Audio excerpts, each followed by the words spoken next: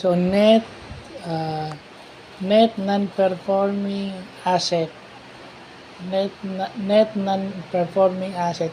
So, ito yung nagbibigay ng exact value of an asset after a bank provides provision. So, ano yung mga provisions na yun? Yun yung sineset ng mga bangko, sineset aside ng mga bangko na parang amount of money, parang yun yung sineset aside ng mga bangko in anticipation of bad loans. So, at least, yung nabasa natin, at least 70% of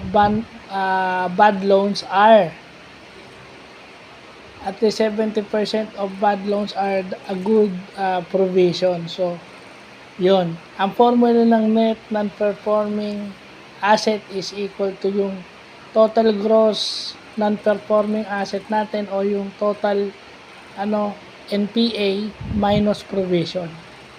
So, para makuha mo yung net, yung total value ng asset mo with provisions being considered. So, yun. So, ito yung mga banking ratios na dapat nating matutunan at napaka-importante nito para malaman natin kung bakit napakahigpit ng mga bangko.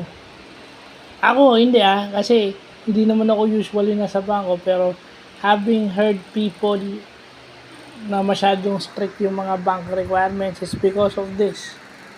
Meron silang mga kinukuhang mga ganito. So, susunod naman natin, provision coverage ratio at saka yung iba pang banking ratio. So, yun lang po.